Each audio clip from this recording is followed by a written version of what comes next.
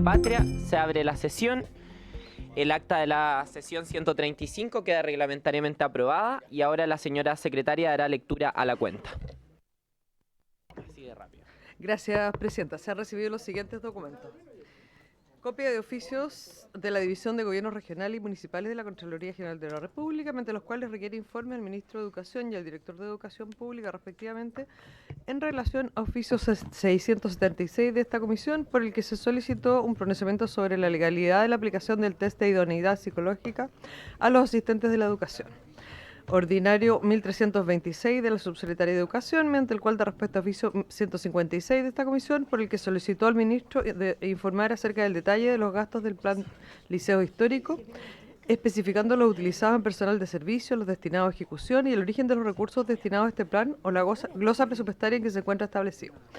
Ordinario 1319 de la Subsecretaría de Educación, mediante el cual da respuesta a oficio 735 de esta comisión, por el que se solicitó informar sobre el avance de la aplicación de la Ley 21.545, que establece la promoción de la inclusión, la intervención integral y la protección de los derechos de las personas con trastorno del espectro autista en el ámbito social, de salud y educación en los establecimientos educacionales. Copia de ordinario 6.299 del jefe de la división jurídica de la Subsecretaría de Educación, mediante el cual remite oficio 759 de esta comisión al Ministerio de Salud a fin de que entregue respuesta respecto de la materia consultada. Lo mismo respecto del oficio 760 de esta comisión, el jefe de la división jurídica solicita información a la ministra de Salud. Correo electrónico del jefe de gabinete del superintendente de Educación Superior, porque excusa la inasistencia a esta sesión del superintendente debido a un viaje previamente definido a la Universidad de la Frontera. No obstante, se encuentra plenamente disponible para una siguiente sesión. Oficio 10 del presidente de la Comisión de Expertos para la Regulación de Aranceles, por el que excusa su inasistencia a la sesión, fundamentado en que el mandato legal de esa comisión experta le impide expresar su opinión en materias ajenas al ámbito de su competencia, el cual se circunscribe al pronunciamiento de su parecer técnico en el proceso de determinación de valores regulados de aranceles, derechos básicos de matrícula y cobros por concepto de titulación o graduación de carreras adscritas al régimen de gratuidad. Correo electrónico al presidente de la Federación de Estudiantes de la Universidad Católica, señor Jean Yublán Rocamora, por medio del cual solicita audiencia con la comisión a fin de aportar con la visión de los estudiantes en relación con el proyecto de ley que crea un nuevo instrumento de financiamiento público para estudios de nivel superior y un plan de reorganización y condonación de deudas educativas. Correo electrónico derivado por la diputada Molina, a través del cual remite carta a la señora Maritza Riquelme, viuda del profesor Roberto Hernández, quien ejerció durante más de 30 años y jubiló en 2009, ante el ingreso de un proyecto de ley de pago de la deuda histórica y que los docentes que pudiesen fallecer en el periodo de tiempo 2024-2025 serán beneficiadas sus cónyuges. Manifiesta su malestar por esta situación, ya que ella no estaría considerada, ya que su marido falleció en 2019. Correo electrónico de la diputada de La Molina, el cual deriva del correo de la señora Fran Opaso, quien como madre de un estudiante de cuarto medio del Colegio San Juan de Lampa solicita la intervención de diputados y de la Superintendencia de Educación en la suspensión indefinida determinada por la directora del colegio, que le ha negado a su hijo participar en la finalización de la etapa de enseñanza media, lo que lo tiene en un estado mental crítico. Señala que la graduación es el día 28 de noviembre, a la cual su hijo no ha sido invitado. Exige que se le incorpore, puesto que el manual de convivencia no señala que esta medida se pueda tomar. 2 correos electrónicos de los padres de una niña de 6 años que cursa primero básico, víctima de vulneración de sus derechos desde kinder hasta el primer semestre de este año por parte de compañeras de su edad. Sostienen que la situación ha sido devastadora para la familia, obligándolos a recurrir a abogados, tribunales, psicólogos, reuniones constantes con el colegio y con el Ministerio de Educación. A pesar de haber solicitado apoyo, el colegio no ha tomado medidas efectivas para proteger a su hija, en parte debido a la normativa actual que limita la expulsión de alumnos.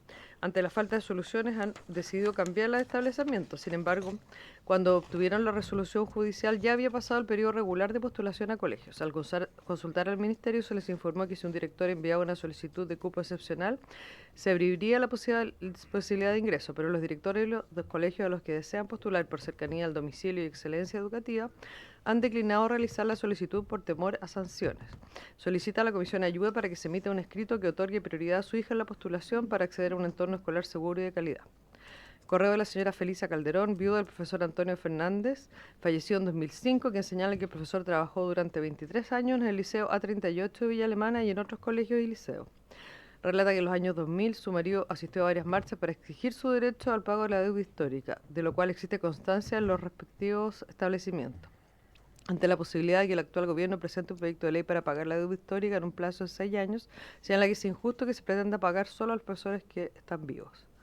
Correo electrónico de la vocera y secretaria general de la Fundación Doctora Avicena, señora Ruth del Valle, conformada por médicos, matronas, abogados, internos de medicina, que nace con el propósito de erradicar los malos tratos en la formación académica de pregrado y posgrado en la educación superior, especial en medicina, que en el último tiempo ha sido testigo de varios suicidios.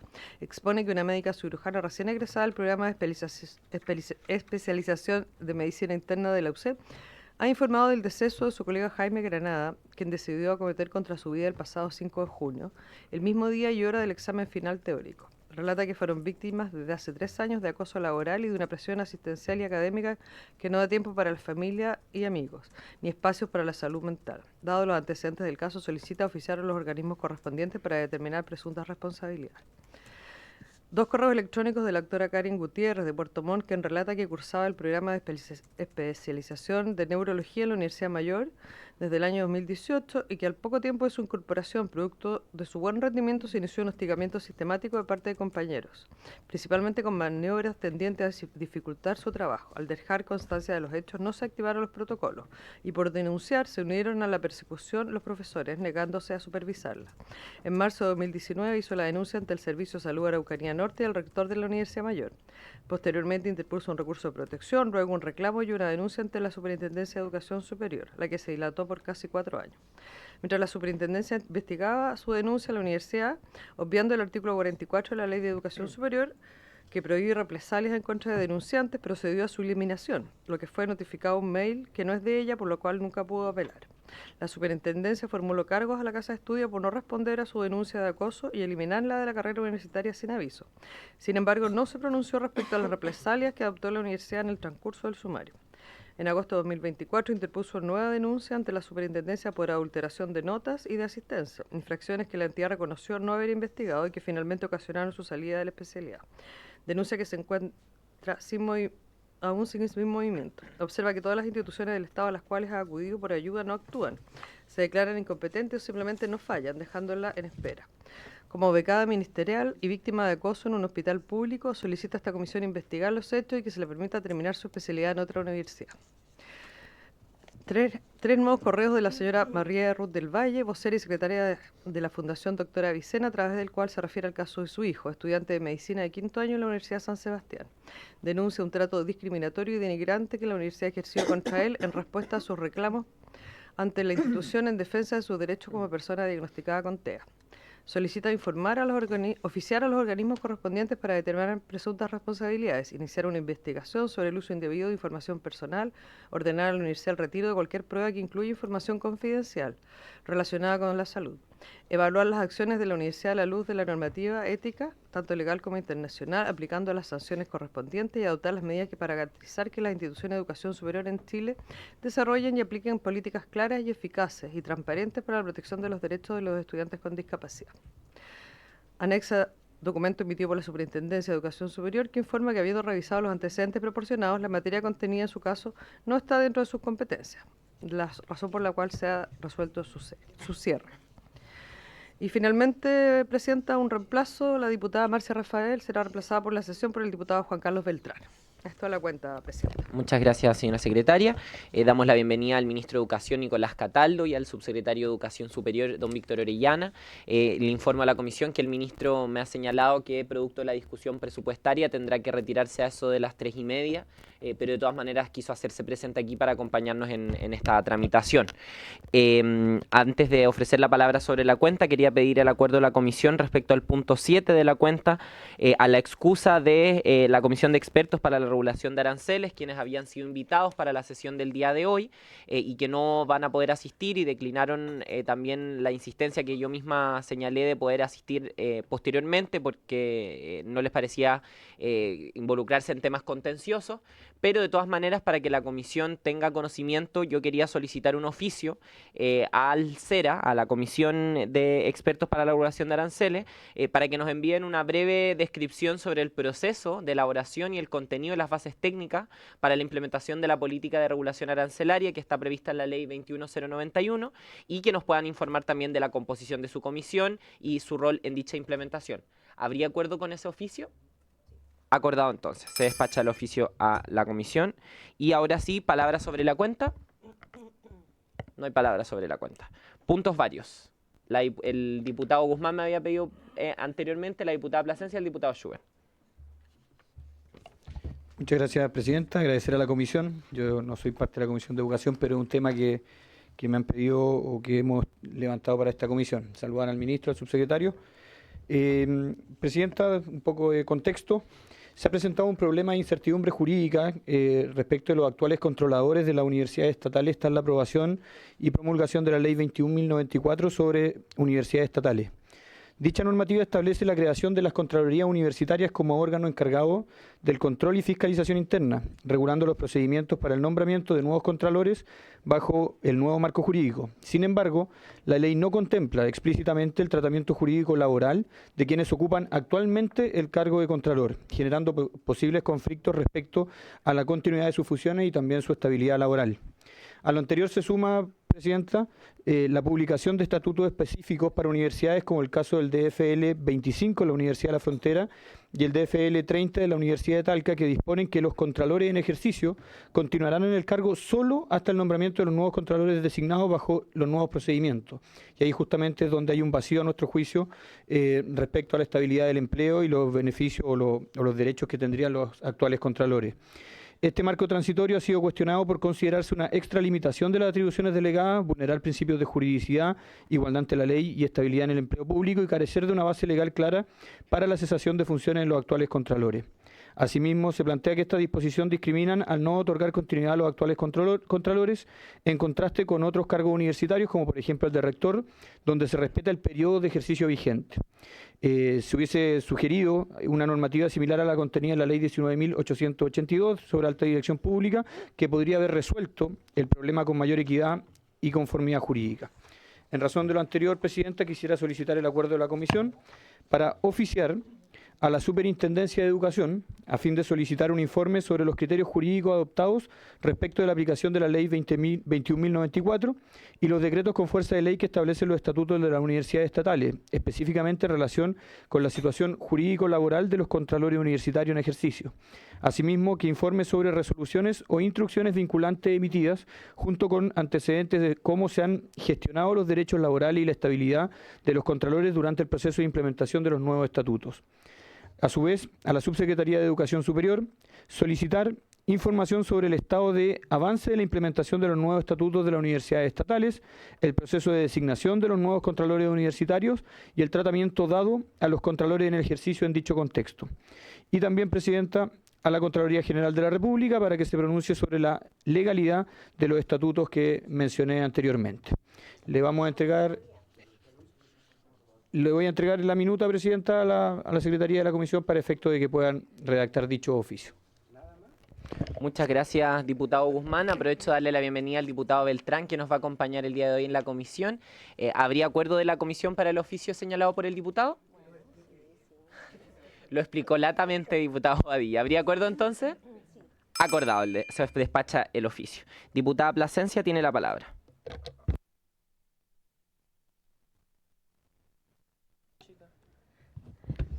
Gracias, presidenta. Bueno, a través suyo saludar al ministro, a quienes nos acompañan en la comisión. Sí, lo mío es breve y tiene que ver con una preocupación que surge justamente a partir de la discusión del presupuesto. La semana pasada tuvimos la posibilidad de votar el presupuesto de educación y como cada año lo que surgen además son evidencias sobre la necesidad del cambio al sistema de financiamiento de la educación. Aquellos servicios locales que hoy día están funcionando, pero también aquellos que, si es que estas partidas se aprueban, ojalá así sea en el Senado, lo que evidencia es que finalmente la forma en la que se financia la educación por estudiante y por asistencia es bastante variable y incluso en ocasiones ni siquiera alcanza para cubrir gastos que son básicos. Por lo tanto, es simplemente manifestar el hecho de que creo que en paralelo de fortalecer la nueva educación pública en el proyecto que el Ministerio de Educación hoy día está tramitando en el Senado, también podamos avanzar en paralelo en una discusión sobre el nuevo sistema de financiamiento de las escuelas, porque queremos todos acá, yo supongo, y así lo hemos manifestado, fortalecer la educación pública, pero es muy difícil que solo avancemos desde el ámbito administrativo, institucional, con los recursos que se necesitan para cubrir materiales, infraestructura, y no hagamos la discusión necesaria sobre el cambio del sistema de financiamiento que le permita tener sostenibilidad a las escuelas en el largo plazo y proyectar su desarrollo. Es eso, Presidenta. Está como porfiado. Muchas gracias, diputada Plasencia. Diputado Schubert tiene la palabra. Bien, muchas gracias. Saludo por su intermedio a los presentes, a las personas que nos acompañan hoy día a la comisión. Por su intermedio a la comisión, tenemos un tema respecto del sistema de admisión escolar, que hasta ahora está sin financiamiento para el próximo año en la tramitación. Esto ha reflejado una discusión que se dio, sobre todo la semana pasada y antepasada aquí en la Cámara, respecto a las dudas que genera ese sistema y su aplicación. También ha despertado y ha levantado un clamor ciudadano de muchas personas apoderados que no están conformes con el sistema y refleja que aquí tenemos un profundo problema. Tanto así que tuvimos una comisión especial investigadora donde uno de los puntos a investigar fue precisamente el sistema de admisión escolar.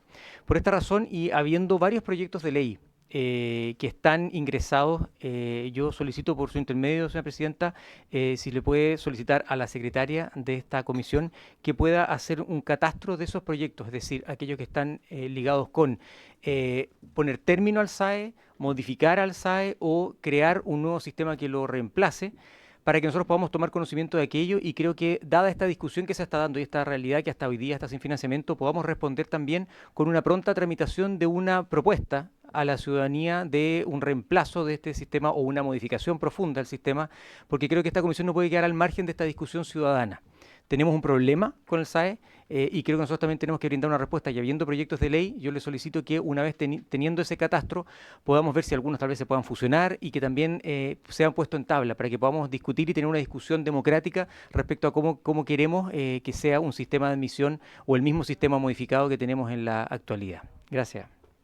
Muchas gracias, diputado Schubert. Sí, la Secretaría me señala que no hay ningún problema con la solicitud, que la va a llevar a cabo.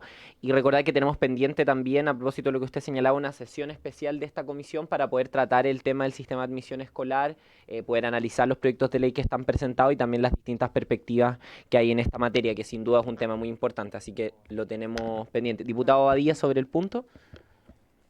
Sobre el punto. Sí, sobre el punto, Presidenta. No podría ser sobre otra cosa, Presidenta. Presidenta, lo que ocurrió particularmente con la maldita tómbola, Diputado. eso tiene, sí, pero por favor, Presidenta, esto tiene un precedente y aquí nosotros lo hemos planteado en reiteradas oportunidades.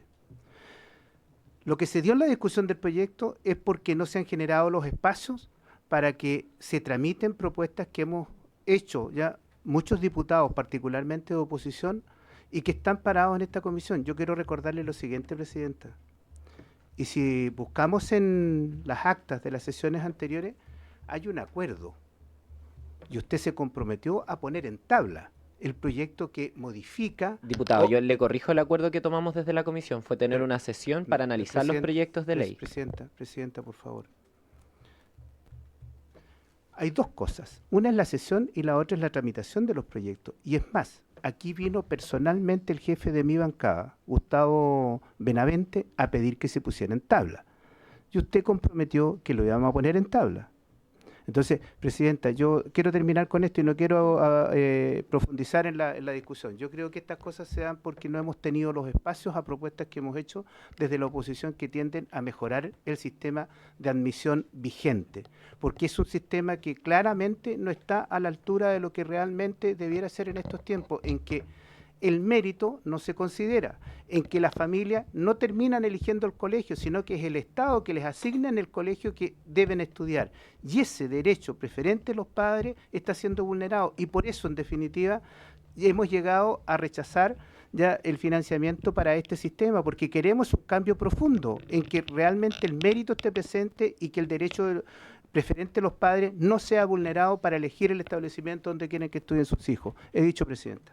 Muchas gracias, diputado Badilla. Solamente recordarle a la comisión que el acuerdo tomado cuando precisamente se encontraba presente el diputado Benavente, y yo lo recuerdo perfectamente, fue tener una sesión para poder analizar los proyectos de ley, precisamente porque no hubo acuerdo de la comisión para ponerlos en tabla.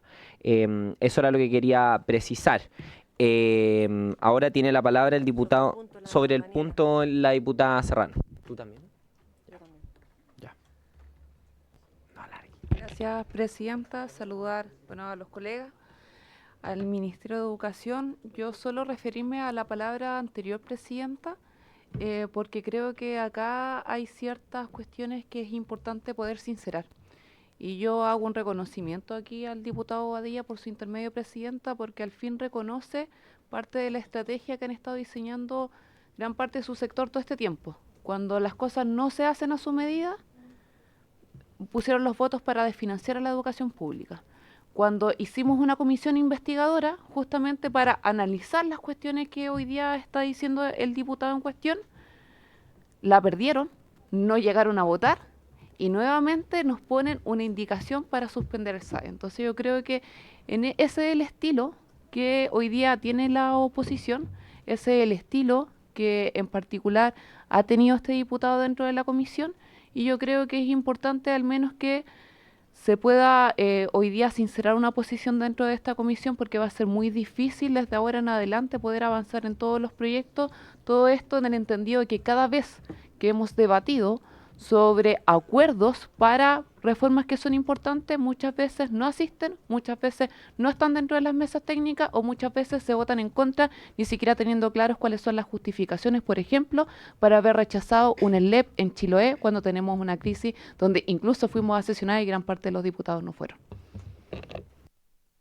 Muchas gracias, diputada Serrano. Aprovecho de saludar a las y los estudiantes del Liceo Bicentenario Indómito de Purén, que son del taller de deliberación y debate, que nos vienen a acompañar en la Comisión de Educación a ver nuestro trabajo, que andan con el diputado Jorge Zafirio, a quien también saludamos. Muchas gracias por el interés en el trabajo en la comisión. Ahora tiene la palabra el diputado Rey. Gracias, Presidenta. A ver, solamente es para referirme al punto, saludar al Ministro de Educación, al Subsecretario de Educación Superior, a todos quienes nos acompañan el día de hoy. Solamente señalar que hay dos proyectos que se han hecho en los últimos años. Uno es un proyecto que elimina completamente el sistema escolar que hoy día existe y vuelve a lo que había antes. Y hay otro que modifica justamente el SAE, lo perfecciona, entregando la posibilidad de que alumnos, que se valore las capacidades, que se valore las habilidades que tienen los alumnos de acuerdo a los proyectos educativos de cada establecimiento, se pueden ir incorporando con porcentajes, no el 100%. Esos son los dos proyectos que hoy día existen, Presidenta, así que sería muy bueno que los pudiéramos revisar prontamente. Eso, gracias. Muchas gracias, diputado Rey. Diputada Plasencia, el ministro, y cerramos este punto.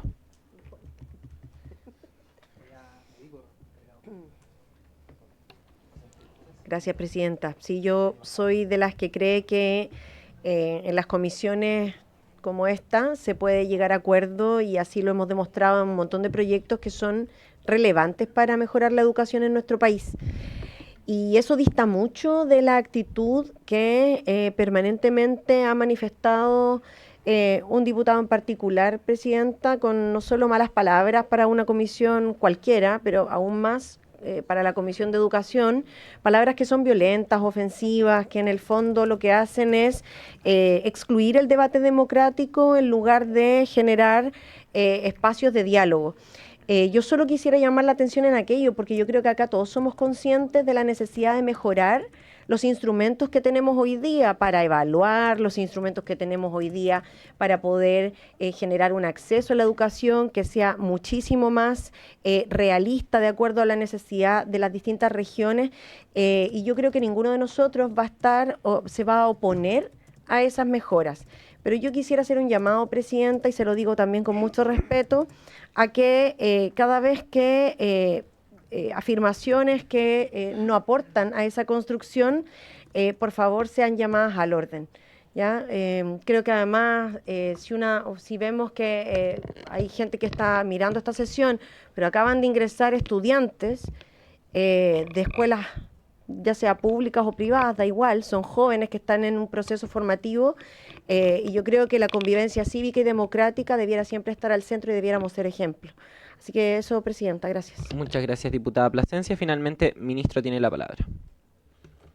Gracias, Presidenta, por su intermedio. Saludar a los señores y señoras diputados y diputadas, a quienes también acompañan la sesión, a los asesores que también están acá acompañando y a quienes nos ven a través de las transmisiones oficiales.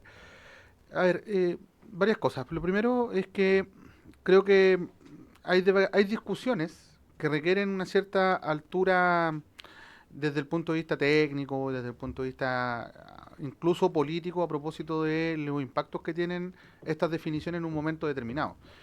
El haber generado, el hecho que se generó con la discusión presupuestaria a propósito del sistema de admisión escolar, naturalmente tuvo un impacto en la población que está en pleno proceso de postulación al sistema de admisión escolar. Nos guste o no nos guste, digamos, eso es a esta altura irrelevante, es la ley vigente, es lo que orienta y rige al sistema.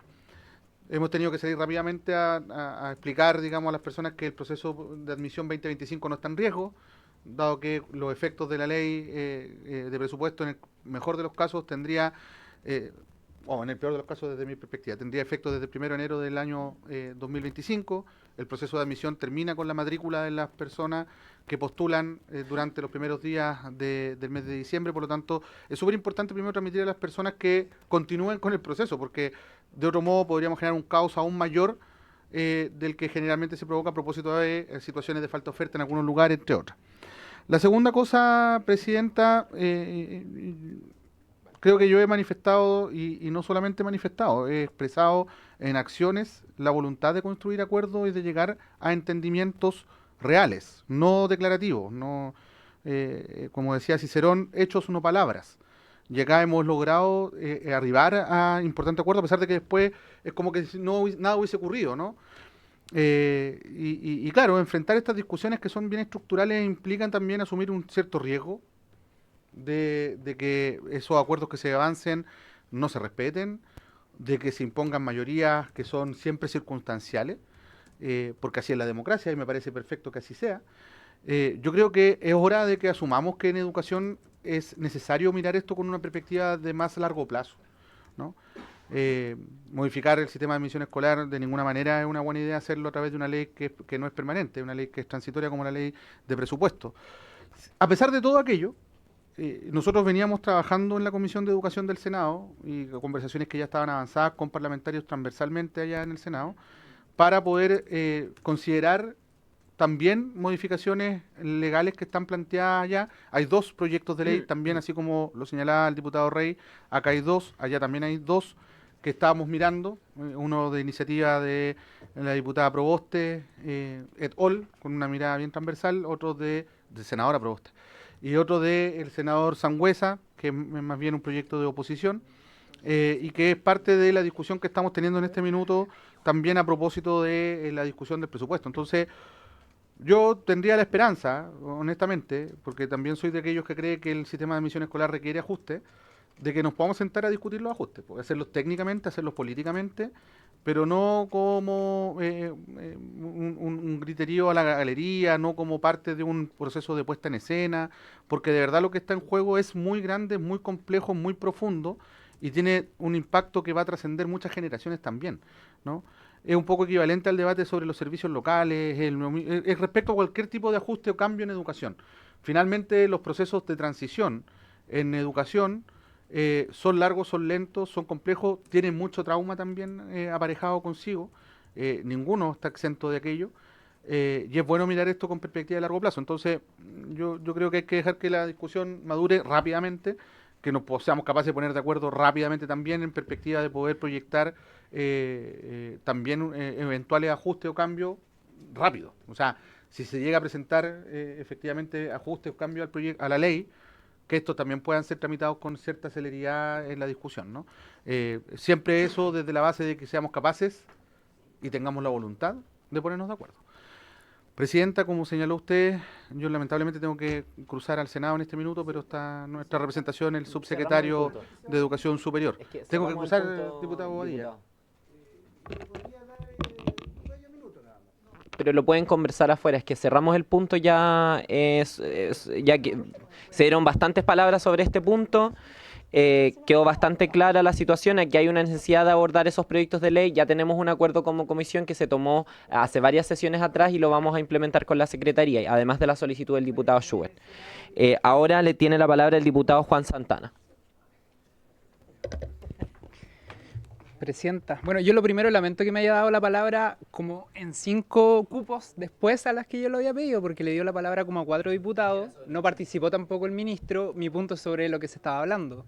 Pero bueno, como se decide alargar la discusión y hacer puntos por sobre los puntos, bueno, estas son las condiciones. Pero yo básicamente quería decir algo de lo que se había estado hablando, me hubiese gustado también que se hubiese quedado el ministro, porque creo que esta discusión es atingente. Porque yo creo que se está instalando una práctica bien viciosa dentro de la Cámara de Diputados, que es que no es que al no verse posibilidades de modificación de la ley por medio de las vías legales, de las vías que son normativas, se establecen procedimientos como los que vimos la semana pasada en la ley de presupuesto, en donde finalmente se termina cercionando del presupuesto de la nación a políticas públicas o leyes de la República a las cuales nosotros todos y todas, los parlamentarios, al igual que los ministros y las autoridades de gobierno, estamos obligados a respetar. Y allí me quería centrar particularmente en 2 de ellas, en la 21.040, que es la que finalmente habilita la creación de los servicios locales de educación y con ello la nueva educación pública, y por otra parte lo que ha hecho la oposición con el sistema de admisión escolar. Dicho sea de paso, sistema que estuvo objeto a modificación en el gobierno del expresidente Piñera por una propuesta presentada por la ex ministra Marcela Cubillos y que fue en la Comisión de Educación de ese entonces rechazada por la Cámara de Diputados. Por lo tanto, a mí me parece que si es que la estrategia finalmente de la oposición es terminar limitando las posibilidades de financiamiento a cada una de estas políticas públicas, habría que preguntarle a la oposición cuál va a ser la respuesta que se le va a dar a la familia para garantizarle que la institución que está a cargo de administrar la educación pública, es decir, jardines infantiles, escuelas y liceos, va a tener financiamiento. ¿Cuál va a ser el camino, por ejemplo, si es que el sistema de admisión escolar se queda sin financiamiento? ¿Cuál va a ser la herramienta de ingreso a la educación escolar para que se les informe a las familias que esa va a ser finalmente la vía? A mí me parece que esa es una cuestión bien impresentable, tal como lo que ha pasado durante toda la semana pasada en términos de, por ejemplo, negarle el financiamiento a la Subsecretaría de la Niñez, de quienes dicen o dijeron mucho tiempo, durante muchos años, estar porque los niños estuvieran primero en la fila. Bueno, a esas personas, a ese sector político, hoy día hay que decirles que están negando el financiamiento para programas como el Chile Crece Contigo, el Chile Crece, que es parte del Ministerio de Desarrollo Social, es parte de la Subsecretaría de la Niñez y que finalmente se le cercionó la posibilidad de contar con financiamiento para el año 2025. Por lo tanto, yo quisiera, Presidenta, solicitarle un oficio a la Comisión dirigido al Ministerio de Educación para saber cuáles son las consecuencias reales que tiene el que el sistema de admisión escolar y los servicios locales de educación pública estén sin financiamiento para el año 2025. Muchas gracias, diputado Santana. Con eso damos por cerrados los puntos varios para poder entrar en la orden del día. Brevemente, diputado Cornejo. Brevemente. Muchas gracias, Presidenta. Usted conoce perfectamente, y todos los miembros de la comisión, que yo siempre tengo especial moderación y cuidado con mis palabras y obviamente con el mismo respeto que me caracteriza. En función de lo que estaba señalando el ministro y que también lo que ha señalado por su intermedio el diputado Santana, Presidenta, solamente dejar puesto sobre la mesa que respecto de las materias que particularmente aquí se han señalado en lo que dice relación con financiamiento al sistema de admisión escolar, a los servicios locales de educación pública, yo en lo personal, en conjunto con otros parlamentarios y transversalmente, en más de alguna oportunidad al señor ministro, le hemos pedido que nos sentemos a conversar y analizar cómo llevamos adelante un proceso evidentemente legislativo que permita salvar las complejas situaciones que son una realidad de lo que estamos enfrentando. Sin embargo, a más de 2 años y medio del gobierno, esa oportunidad no se ha dado particularmente para poder aportar desde las distintas visiones en cómo resolvemos los problemas. Yo solamente, Presidente, le voy a compartir una inquietud respecto a lo que significa hoy día que desde la Cámara de Diputados se haya quedado sin asignación de recursos el sistema de admisión escolar y los servicios locales de educación pública. hemos sostenido durante todos estos días, desde la semana pasada, una serie de reuniones con distintos actores gremiales, tanto de los docentes y de los asistentes de la educación, a nivel nacional. De hecho, ayer estuvimos en el Senado, yo me tuve que ausentar de la sesión especial de la Comisión de Educación para poder acompañarlos. Y en esa sesión los dirigentes están absolutamente en la misma línea de lo que nosotros hemos estado planteando. A pesar de las inquietudes, a pesar de las solicitudes, principalmente al Ejecutivo, para poder sentarnos a conversar y resolver de la mejor manera posible, avanzar en esto, no se han dado esos espacios. Quizá la fórmula no sea la más indicada. Pocas herramientas tenemos para llevar adelante procesos que nos permitan a lo menos garantizar que lo que ha ocurrido hoy día de hoy, el que el ministro esté aquí sentado y haya manifestado su inquietud y su voluntad de sentarnos a conversar, así ocurra. Esa ha sido la idea, Presidenta, para que quede claramente establecido. Muchas gracias. Muchas gracias, diputado Cornejo. Con eso sí damos por cerrados los puntos varios. Y ahora entrando en la orden del día, esta sesión ordinaria ha sido citada con objeto de continuar con el trámite de audiencia respecto al proyecto de ley originado un mensaje que crea un nuevo sistema de financiamiento público para estudios de nivel superior y un plan de reorganización y condonación de las deudas educativas. Este se encuentra en primer trámite constitucional con urgencia calificada de simple. Para tales efectos, en primer lugar, escucharemos al director ejecutivo de la Comisión Administradora del Sistema de Créditos para Estudios Superiores. La comisión ingresa, el señor Tomás Bayón Zúñiga, a quien le ofrezco la palabra hasta por 10 minutos. Yo ahí le voy a hacer un gesto cuando termine su tiempo y le agradezco en nombre de la comisión el poder compartir sus conocimientos, sus visiones en este espacio. Muchas gracias. Muchas gracias a usted.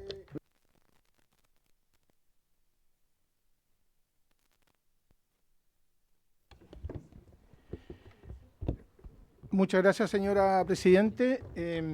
Por su intermedio, saludar a todas las señoras y señores diputados, diputadas y diputadas, y a toda la concurrencia presente.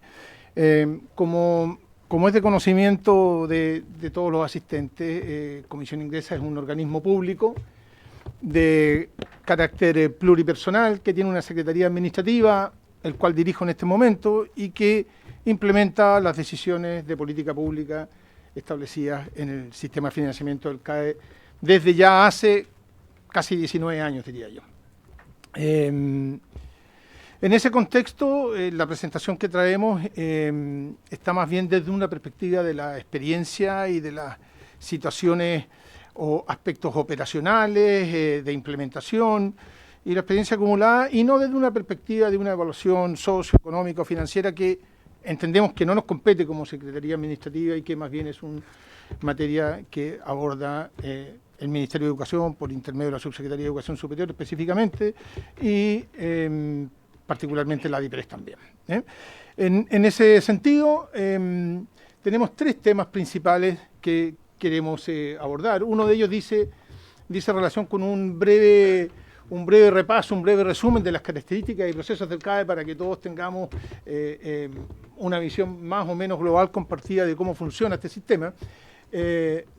La situación actual en que se encuentra el sistema de financiamiento del crédito canal del Estado y finalmente algunos comentarios sobre el proyecto de ley de financiamiento de la educación superior y reorganización y condonación de la deuda educativa, en términos de la creación de un servicio, de contemplar la creación de un servicio que sería continuadora o sucesora legal de la comisión administradora. Entrando en materia entonces, y aquí voy a tomarme unos minutos nada más, voy a tratar de ajustarme al tiempo, Presidenta.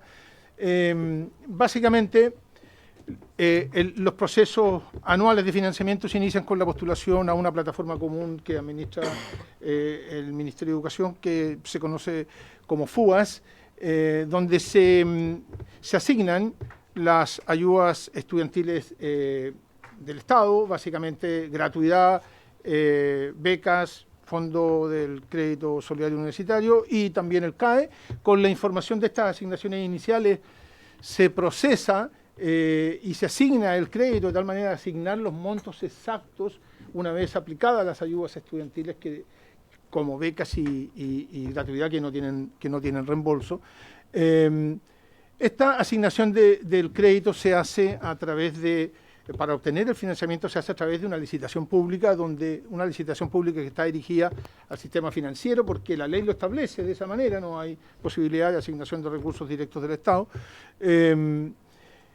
y que permite a los bancos, a los bancos adjudicatarios, a él o los bancos adjudicatarios, una vez realizada esta licitación, pagar directamente los aranceles a las instituciones de educación superior.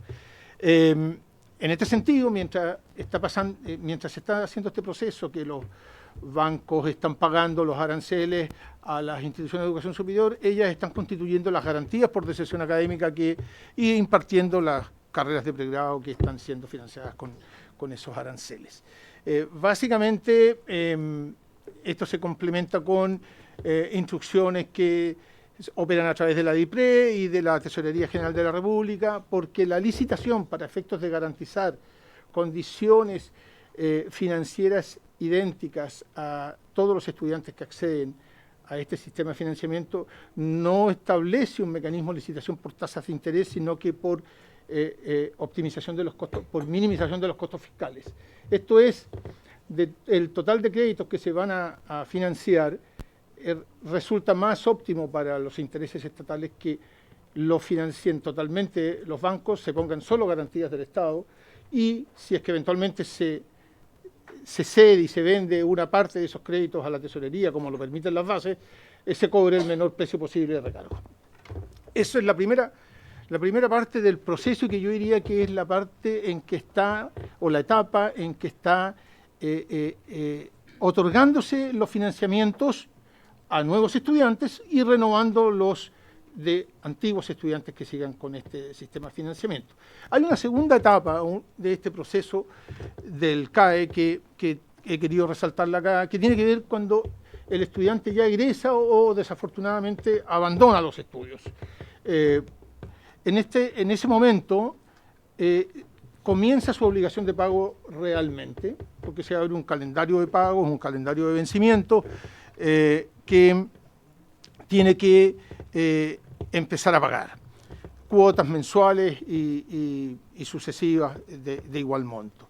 En ese momento también se activan dos ayudas que contempla este sistema de financiamiento al pago oportuno. Ellas son una garantía de que no se pague más de un 10% de los ingresos brutos promedio del último año, y una suspensión del pago del crédito, de la cuota, en caso de encontrarse con falta de ingresos en situación de incapacidad de pago. Estos beneficios, vamos a verlos, estos beneficios al pago me refiero, operan a través de una plataforma, hay que postular, no son automáticos. Esas son las dos etapas. Esta presentación va a quedar, ahí tiene más detalle, digamos, para cualquier consulta posterior. Pero ahora quisiera resaltar entonces lo que está subyacente acá, que es el crédito con el aval del Estado. Primero, es un crédito nominado en UF, desde el momento en que se cursa. UF más 2% de tasa anual, es decir, IPC o reajuste más un 2% anual. Genera, desde el momento en que se cursa y se le paga a la institución de educación superior el crédito año por año, genera un devengo y una capitalización tanto de intereses como de comisión. Eso significa que se va agregando al capital mes a mes el interés devengado y la comisión. Por lo tanto, eso hace crecer la deuda durante el periodo de estudio, aun cuando durante ese periodo no hay obligación legal de pago. Hay opciones de pagar anticipadamente los intereses que se vayan devengando, pero en general no hay exigibilidad de pago hasta que egrese o abandone o deserte los estudios. Finalmente, este crédito financia hasta el arancel de referencia, pero se puede complementar con becas y fondos solidarios hasta el arancel real, sin exceder, por supuesto, individualmente tanto las becas como el fondo solidario o el crédito canal del Estado, los montos individuales máximos que le permite el arancel de referencia. Y es un pago contingente, como ya mencioné, al 10% de la renta, y permite suspender los pagos. Esas son las características esenciales del crédito, propiamente tal. Ese es el resumen que quería exponer para que en función de eso veamos ahora, como un segundo punto, en qué situación estamos hoy día con el CAE. Desde que partió, y la primera asignación fue el año 2006, se han asignado 1.272.000 asignaciones. En realidad no son estrictamente deudores o estudiantes, porque un estudiante puede tener más de una asignación de CAE. Pero son 1.272.000 asignaciones, de las cuales 800.000 de esas personas, 800.790, son cifras a junio que son un poquito más actualizadas que las que se vieron en las sesiones anteriores, de las cuales 800.700 personas están egresadas. Han habido 219.363 deserciones y en etapa de estudio aún se encuentran 252.000. De ellos, hay 713.000 que ya están en la etapa de pago. Es un poco diferente esa cifra de las 800.000 en la columna anterior, porque hay un periodo de gracia de 18 meses antes de comenzar a pagar la primera cuota. Igual situación en las deserciones. Hay una brecha antes de empezar con la primera cuota. Y finalmente, mencionar que la morosidad hoy, en términos globales, es de un 63% de egresados y desertores. Esta se descompone en un 57% de mora en los egresados y un 83% de mora en los desertores. Esta situación es una situación difícil desde el punto de vista de la morosidad que tiene el sistema. Y adicionalmente, esta es desde la perspectiva de los créditos en su conjunto, desde la perspectiva ahora, desde la competencia que hay en los procesos de licitación, he querido mostrar muy sucintamente un gráfico histórico desde el 2006 hasta el 2024, hasta el proceso de este año, en el número de instituciones financieras que participaron de las bases de licitación y hicieron ofertas para financiar créditos bajo este sistema de financiamiento.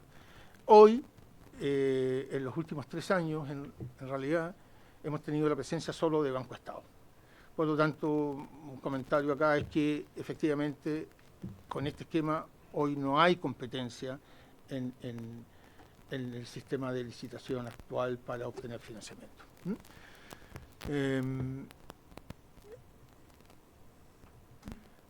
Adicionalmente a la mirada de lo que está sucediendo con el comportamiento de pago en los créditos y lo que ha sucedido en la competencia del sistema financiero por otorgar estos créditos, tenemos algunas consideraciones adicionales que son de otro carácter, como por ejemplo que efectivamente no ha habido un mecanismo que posibilite una regularización de la deuda.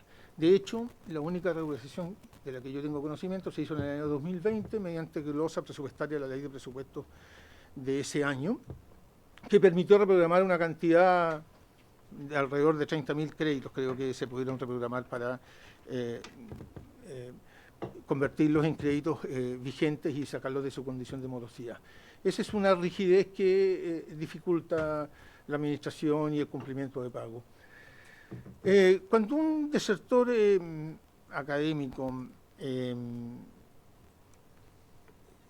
no puede pagar sus cuotas, lo que termina sucediendo es que operan las garantías, y en ese caso opera casi, en la mayoría de los casos, la garantía de la institución de educación superior, mayoritariamente, y la garantía del 2 minutos más presente, y la garantía del Estado, además de un porcentaje que tiene el banco que no está cubierto por esa garantía, que es un 10%. Entonces, se enfrenta a varios acreedores simultáneamente para poder consolidar o normalizar su situación de pago.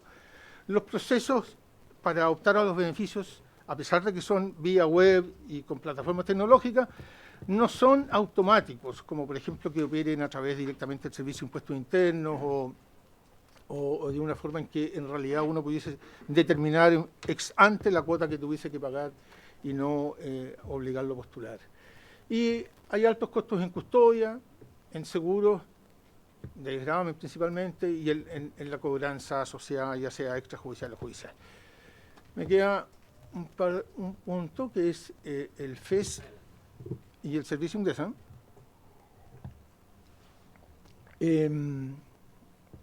Aquí quiero resaltar, digamos, de que en el proyecto de ley se contempla que el servicio ingresa sea el continuador legal de la Comisión Ingresa. Eso implica, y quiero transmitir algún nivel de tranquilidad, digamos, de que existe una continuidad institucional y existe una experiencia en la asignación, renovación, seguimiento de los beneficios, que incluyen reorganización de deudas, recálculo de valores, y que tiene además un personal que está capacitado, que ya tiene una amplia experiencia en administración de información y en atención de usuarios, y que además están implementados los convenios, los más estratégicos para los procesos que involucra esta gestión y esta implementación, desarrollo y mantenimiento de un sistema de financiamiento de esta naturaleza. Básicamente impuestos internos, Previred, Corfo, Mineduc y las propias instituciones de educación superior. Así que en ese sentido, a pesar de los ajustes y acomodaciones que haya que hacer en términos informáticos o de desarrollo de software, yo lo veo como algo bastante, de una transiente bastante viable. Creo que en pos del tiempo ahí estaríamos, no sé si, sí. Eso sería, Presidenta. Muchas gracias. Muchas gracias, don Tomás. Ahora le pedimos a don Daniel Rodríguez, director ejecutivo de Acción Educar, que pueda pasar a la mesa para poder exponer. Don Tomás, si puede quedarse ahí para luego responder preguntas de las y los parlamentarios. Don Daniel Rodríguez, bienvenido a la Comisión de Educación nuevamente. Un gusto contar con usted. Le damos la palabra hasta por 10 minutos. Yo le voy a hacer un gesto cuando estemos en el tiempo. Gracias. Para los invitados de piedra. Muchas gracias, Presidenta. Primero que nada, saludar a la Comisión y agradecer la invitación a discutir este importante proyecto. Para nosotros participar de esta discusión es clave porque creemos que sus consecuencias y la proyección que tiene son de la primera importancia. Dale. Primero, quisiéramos poner en conocimiento de la Comisión cómo nosotros vemos, cuál es el diagnóstico que nosotros hacemos de este proyecto, qué es lo que estamos viendo. Lo que nosotros vemos es que este proyecto hace básicamente tres cosas. Lo primero es que avanza en una condonación parcial del CAE y el Fondo Solidario de Crédito Universitario, traspasando a los deudores a un nuevo sistema de cobranza que permitiría, según las proyecciones del informe financiero, levantar $200 millones en el primer año de operación de los mismos ex beneficiarios del CAE. Lo segundo es que extiende la fijación de precios y de vacantes que está diseñada en la gratuidad, prohíbe el copago hasta el decil 9, elimina las becas y los créditos, y todo esto ¿para qué lo hace? No lo hace porque sí, lo hace para de alguna forma extender la gratuidad a prácticamente la totalidad del sistema, si es que asumimos que no hay espacio fuera del FES en el diseño que se está planteando. Y finalmente para restituir al menos una parte de los recursos que se disponen para este fin, se establece un impuesto a los graduados hasta por 20 años, indexado a su ingreso. En esa base, Presidenta, lo que vemos son básicamente, o quisimos resumir esto en 4 errores conceptuales que creemos que hacen incompatible esta propuesta con el sistema de educación superior que tenemos.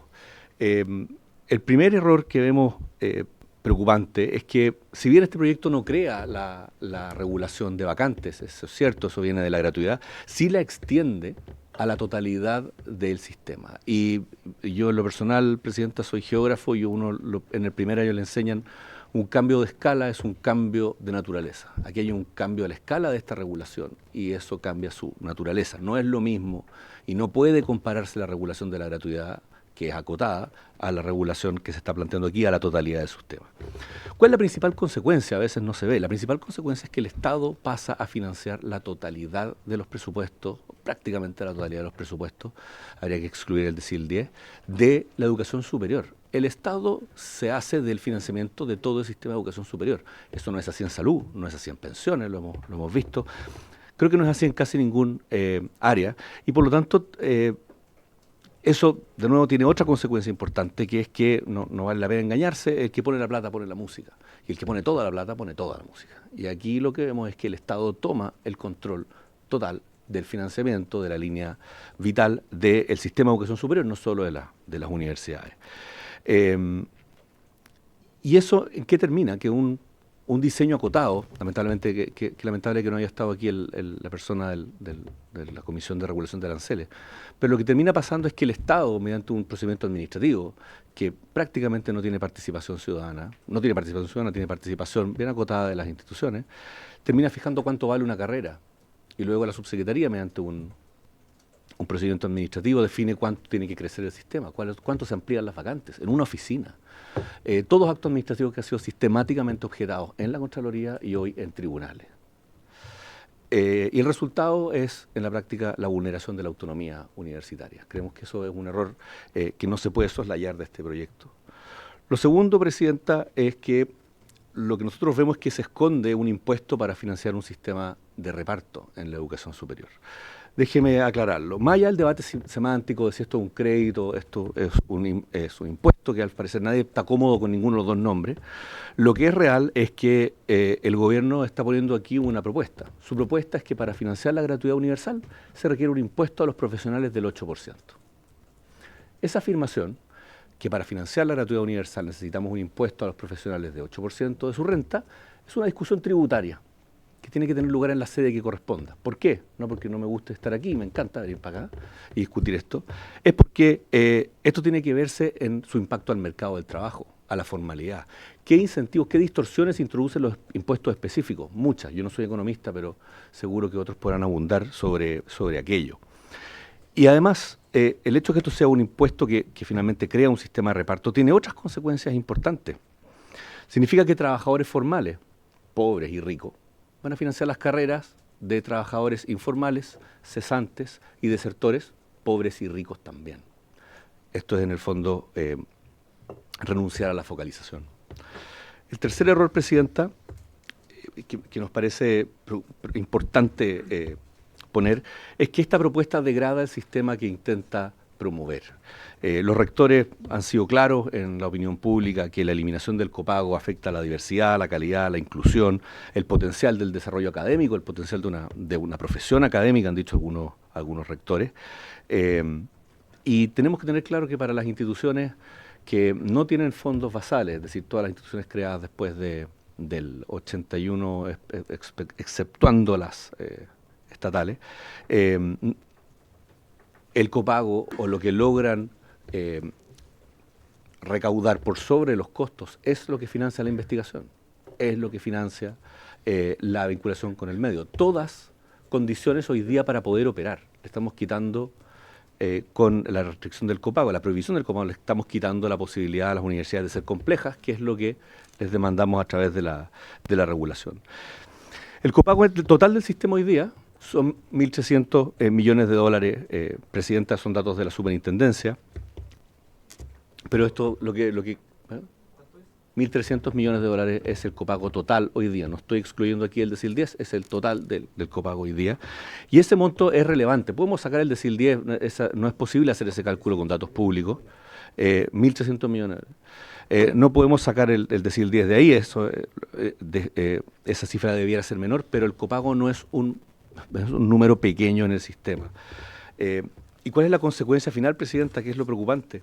Y lo que debería preocupar mucho a esta mesa, y a propósito de la ley de presupuesto, es que cuando uno prohíbe el copago, hace lo mismo que se hizo en el sistema escolar, que es decir, cada peso adicional que se requiera va a tener que venir del Estado. La educación se está volviendo cada vez más cara, Presidenta, con mayores demandas en incorporación de tecnología y otras materias. Cada peso adicional va a tener que venir del mundo público, no va a venir del mundo privado. Y eso tiene consecuencias para el erario.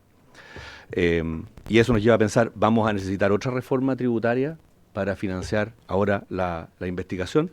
Y por favor, no vale la pena aquí engañarse, no hablemos de compensación vía investigación. El presidente de la República prometió en la Casa Central de la Universidad de Chile 700 millones de dólares para la investigación en 10 años.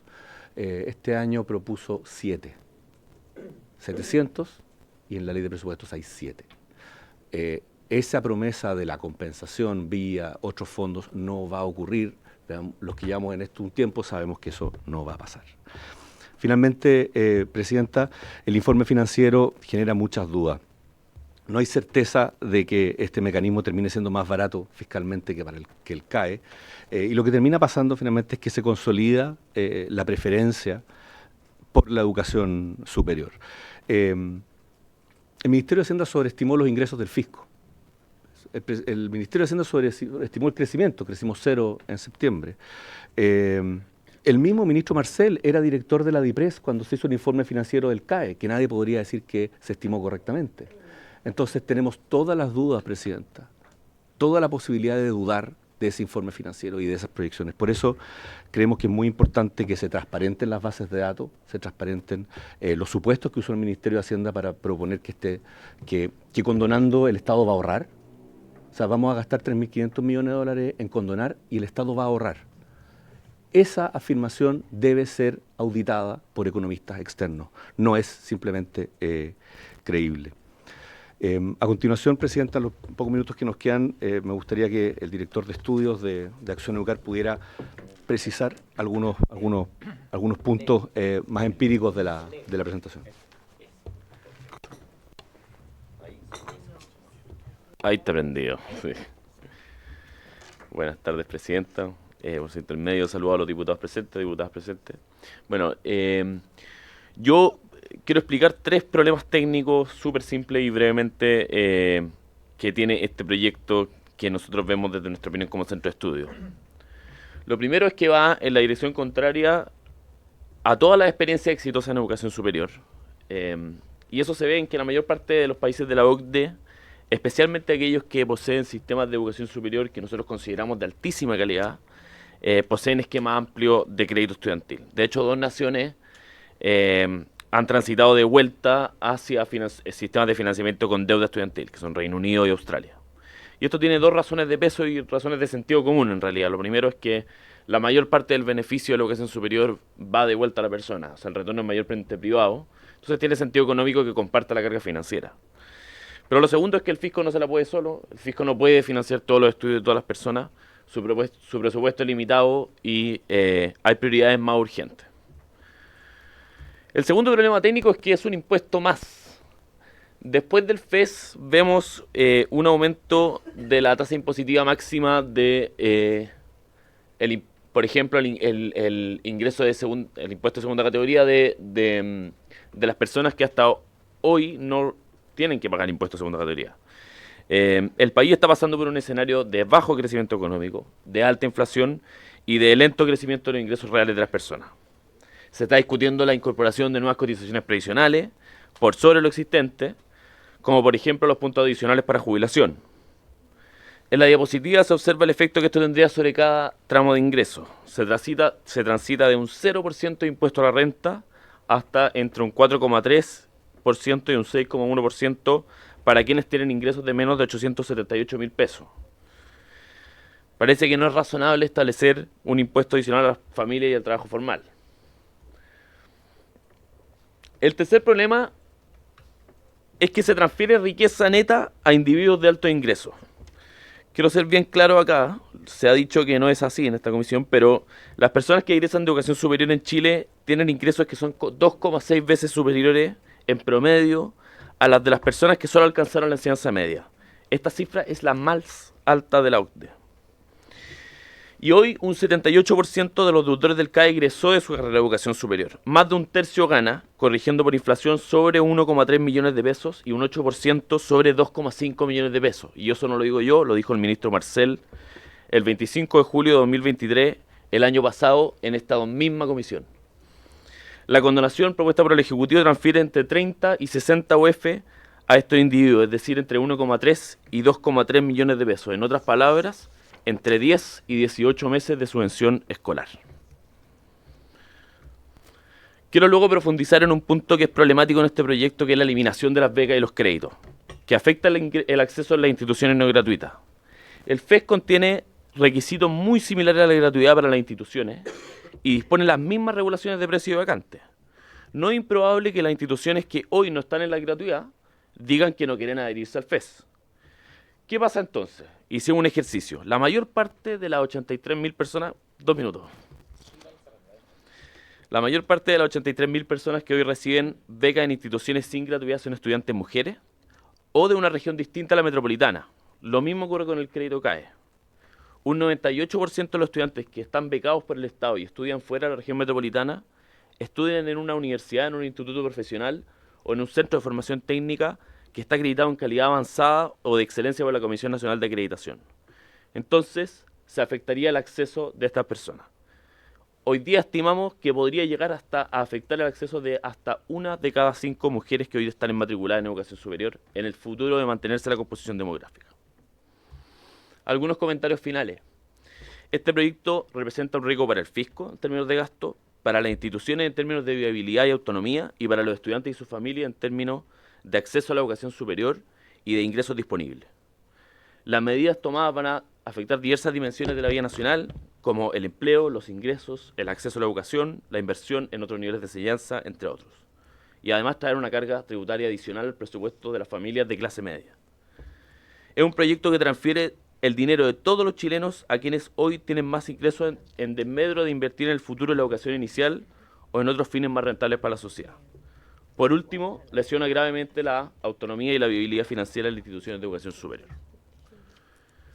Para consultar algunos estudios relacionados a esta materia, pueden consultar en cada link en nuestra página. Estamos en el tiempo. Muchas gracias. Muchas gracias. Le regalé más de 2 minutos. Pero está bien. Muchas gracias a ambos de Acción Educar. Ahora ofrezco la palabra a las y los parlamentarios. Me ha pedido la palabra el diputado Schubert, el diputado Badilla, la diputada Plasencia y yo. Diputado Schubert tiene la palabra. Lo anotó diputado Rey. Muchas gracias. Saludo a los invitados de Acción Educar. Muchas gracias por su presentación. A ver, me surgen algunas preguntas. La primera es, dentro de ustedes han planteado qué efecto tendría este planteamiento del FES con los estudiantes que ya reciben otras becas, si eso va a tener algún impacto o tendría algún impacto en ellos. Lo otro, el tema de la fijación de aranceles. ¿El sistema de fijación que se va a aplicar al FES es el mismo que ya existe respecto de la gratuidad o tiene algunas diferencias? ¿Y qué efecto? Porque dijeron que eso perjudicaría a las universidades. ¿De qué forma o qué efecto tendría en el aspecto financiero y de recaudación de las universidades chilenas? Y lo último tiene que ver con un tema de justicia. Según este planteamiento, podemos tener a una persona que no puede pagar su educación superior y que estudia, por ejemplo, medicina por gratuidad, y a otra persona que tampoco puede pagar su educación superior y estudia otra carrera que le va a generar menos ingresos por crédito, por este FES. La persona que estudia medicina es médico y supongamos llega a ganar 15 millones de pesos, como varios médicos lo hacen. Y él obtuvo gratuidad, por lo tanto no restituye nada. El otro, de la misma edad, estudia al mismo tiempo, gana no los 15 millones, sino que gana 3 millones. Y entonces, por crédito FES, sí tiene que contribuir. De alguna forma podría ser que el que gana 3 termina subsidiando al que gana 15 y que bien podría pagar. Y entonces tenemos un subsidio forzoso, un pago más allá de lo que costó su carrera al que está recaudando por su trabajo 3 y el otro que gana 15, nada. ¿Eso podría llegar a ocurrir con un formato como el propuesto? Gracias. Muchas gracias, diputado Schubert. Diputado Badilla.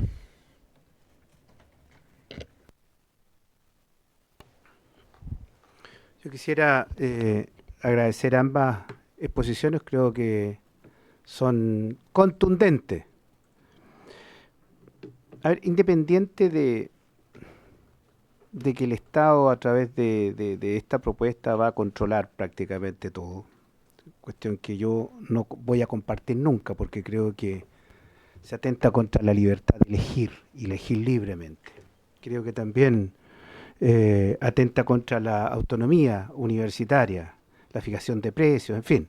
Pero no me voy a referir a eso porque creo que eso ya lo hemos conversado, se ha discutido y no nos vamos a poner de acuerdo quizás con ustedes, pero lo que sí me gustaría hacer una consulta a ambos. Y a lo mejor dice relación con lo mismo que planteó el diputado Schubert. Una carrera que dure el mismo tiempo, que tenga el mismo arancel y que se termine en los años que corresponde, financiada a través del CAE, comparada con financiada con la propuesta que hace el gobierno. ¿Cuál resulta ser más cara? Porque en definitiva las familias siempre van a tratar de buscar lo mejor y lo más económico. Pero eso no siempre es posible. Entonces mi consulta es esa, una carrera, pongámosle ya, una carrera de ingeniería comercial. ¿Cuánto dura la carrera de ingeniería comercial? ¿5 años? Mismo arancel, CAE, mismo arancel, esta propuesta del gobierno. ¿Cuál es la que resulta más cara al final? Porque creo que eso es lo que definitivamente anda buscando la familia. Porque lo que sí tengo claro es que el que opta por el sistema actual, obligado, no ejerciendo la libertad, va a terminar pagando durante 20 años. Eso es lo que tengo entendido, de acuerdo a la propuesta. Entonces mi pregunta, ¿hay alguna aproximación? Porque también yo comparto que el informe financiero es bien vago del Ejecutivo, ¿ya? O hasta el día de hoy no lo tenemos claro. Entonces me gustaría que por favor ambos me pudieran contestar eso. ¿Qué resulta más barato para la familia? He dicho, señorita presidenta. Muchas gracias, diputado Badilla. Diputada Plasencia tiene la palabra. Gracias, presidenta. Bueno, también agradezco las exposiciones. La verdad es que hemos recibido ya insumos en más de una sesión que obviamente la idea es que nos permitan legislar de buena forma.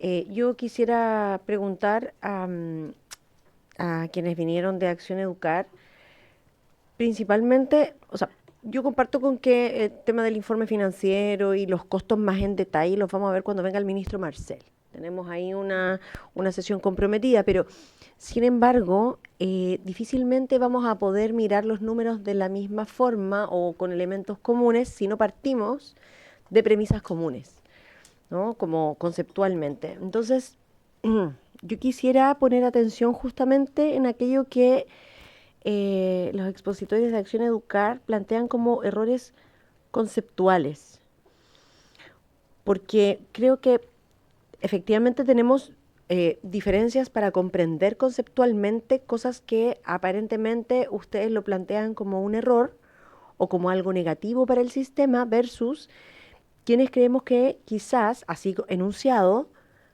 no necesariamente es algo negativo. Entonces necesitamos ponernos de acuerdo para ver qué es lo que consideramos beneficioso para el sistema y qué es lo que consideramos perjudicial para el sistema, entendiendo que todos queremos un objetivo común, ¿no? Y por eso voy a remitirme justamente aquí ustedes plantean 4 errores, y dice, extiende un diseño equivocado de control de vacantes y aranceles. La verdad es que así enunciado yo no entiendo bien a qué se refieren con el error. Esconde un impuesto para financiar un sistema de reparto. La verdad es que una sesión anterior nosotros tuvimos una discusión acá, un debate sobre si esto era un impuesto o no, ¿no? Y como el concepto relativo al impuesto, ¿ya? Y plantean el tema de un sistema de reparto. Es una cosa que acá, al menos a mí, presidenta, no ha estado sobre la mesa, ¿ya? Degradar un sistema, tampoco me queda claro. O consolidar la educación superior como la prioridad del gobierno en educación.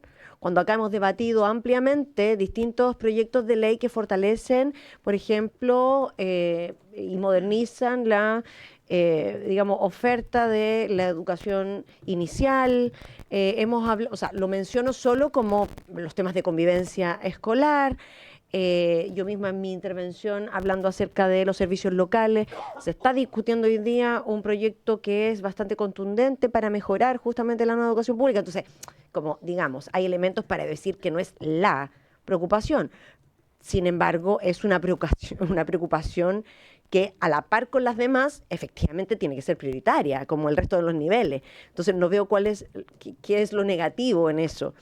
Entonces, lo digo para que ojalá podamos entendernos mutuamente y buscar extraer aquello que nos va a permitir tener elementos comunes a la hora de conversar sobre las premisas que nos van a permitir, ¿cierto?, legislar con la mayor cantidad de elementos. Ya, porque yo efectivamente creo que en la tramitación muchos proyectos se mejoran. Pero para eso tenemos que entendernos. ¿Ya? Y claro, y los problemas técnicos más o menos van en la misma línea. ¿Ya? Sobre todo, es debatible el tema de los sistemas exitosos. Yo creo que cada sociedad, cada país, cada sistema legisla de acuerdo a la realidad y para eso efectivamente mira experiencias comparadas. Está bien, ya no somos aislados en el mundo. Pero a partir de eso, efectivamente, tenemos que encontrar nuestro propio sistema. Y por otro lado, bueno, otra vez habla de los impuestos y esto de la transferencia a personas de altos ingresos también, digamos, como para poder clarificar efectivamente a qué se refieren en estos dos puntos. Gracias, Presidenta. Muchas gracias, diputada Plasencia. Me toca a mí. Yo espero ser breve, pero quiero referirme a varios temas de los que han salido en la discusión. Lo primero, agradecer a nuestros dos invitados, a nuestros tres invitados en realidad. Me quiero referir a varias cosas, pero primero puntualizar algunas cosas de las que se dijeron en la segunda presentación, la presentación de Acción Educar. Que hay países que están retornando al sistema de créditos y que la mayoría de los países exitosos en materia de educación superior están con un sistema de créditos es bastante dudoso también. O sea, tenemos el ejemplo de Estados Unidos, que incluso está avanzando una política de condonación y condonar no es para seguir endeudando estudiantes. Desconozco el detalle de cómo está regulado en Estados Unidos, pero pongo ese dato porque creo que es dudoso. O también cuando se señala que 1/3 de los egresados con CAE gana más de cierto sueldo, que eran 1.300.000, o sea, 1.300.000 pesos, es otra forma de decir que más de la mitad de las y los deudores CAE ganan menos de 750.000 pesos, que es otro dato que también manejamos. Entonces creo que también depende mucho de cómo planteamos las cosas. Ahora me quería referir a tres aspectos de la presentación y preguntarle a nuestros dos invitados, en realidad a don Tomás Bayón y también a don Daniel Rodríguez y al director de proyectos de Acción Educar. Lo primero, esta idea de que extender la regulación de aranceles y limitar el copago sería perjudicial para las instituciones de educación superior. Yo quiero cuestionar esa idea. Primero, porque en Chile es uno de los países con aranceles universitarios más caros del mundo. Solo superado por algunos países de la OCDE como Estados Unidos, Reino Unido, Irlanda, qué sé yo. Entre 2010 y 2024 los aranceles de pregrado han subido un 122%, una cifra superior al IPC, ignorando la inflación, es decir, lo que significa una gran carga para el bolsillo de las familias de clase media en nuestro país y también para el fisco. Entonces mi pregunta en este primer aspecto es, ¿creen ustedes que es posible continuar subiendo los aranceles de pregrado, cargándolos al gasto fiscal y a los bolsillos de las familias de la clase media, cuando el crecimiento de estos aranceles ya es excesivo en los últimos años? Entonces, ¿por qué no debería existir una regulación cuando hay recursos públicos asociados? Y cuando hay recursos públicos asociados tenemos que velar por el buen uso de estos recursos públicos y aún teniendo en cuenta casos escandalosos como los que hemos tenido conocimiento recientemente, como el de la Universidad de San Sebastián. Entonces, ¿cómo nos hacemos cargo finalmente del estancamiento de la matrícula y de la situación demográfica que va a impactar en el financiamiento vía arancel si estamos cargando la sostenibilidad de las instituciones a ese concepto de financiamiento? Eso es lo primero que quería señalar. Ahora, respecto al tema del impuesto. El proyecto no propone un impuesto, porque si nos vamos a la definición de lo que es un impuesto es un pago obligatorio que se le hace al Estado, que se exige a toda la población o a un grupo de esta, y que no depende, y que no tiene aparejada una contraprestación por parte del Estado. En este caso, la persona adhiere voluntariamente al FES, puede salirse de este sistema de financiamiento y trae aparejado una contraprestación, que en este caso es la educación superior. Entonces quería preguntar, ¿cómo se explica que se insista en que es un impuesto cuando existe una contraprestación directa y clara? Entonces, en ese caso, ¿las cotizaciones de FONASA serían un impuesto también? Esa es la pregunta que quiero plantear respecto a este punto. Y lo último a lo que me quería referir es cuando se habla de que la prioridad del gobierno sería la educación superior con este proyecto. Desde el 2005, el CAE, bien lo sabemos, ha significado un desembolso total de cerca de 9 billones de pesos al fisco. De estos, el 66% alrededor de eso corresponde a la compra de créditos, el 34% a la ejecución de garantías y pagos y subsidios adicionales a los bancos. Entonces, esto es un sistema que ha salido muy caro para el Estado. Y yo quiero preguntar, ¿qué tan factible ven que es que el CAE pueda continuar como política pública sin seguir generando una deuda importante para el fisco, considerando la baja participación de la banca y las altas tasas de endeudamiento?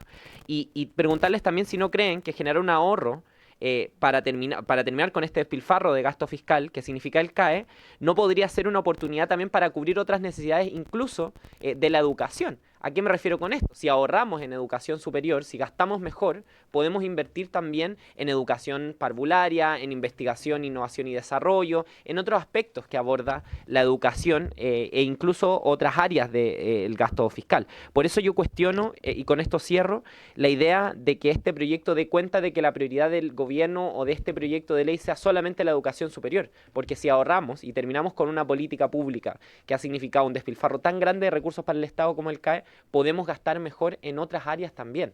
Entonces, preguntarles un poco qué opinan sobre ello. Con eso termino mi intervención. Ahora tiene la palabra el diputado Rey y luego le damos la palabra a nuestros invitados y al Ejecutivo. Diputado Rey.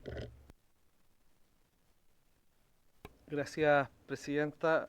No, solamente a partir de lo que ha señalado, señalar que quien impulsó la condonación de créditos en Estados Unidos, el presidente Biden, que justamente por la mala situación del país, además, perdió la carrera presidencial y por harta diferencia, y solamente lo alcanzó a hacer a cerca de 1 millón de 45 millones de deudores. Por lo tanto, se parece harto a la condonación total del presidente Boric.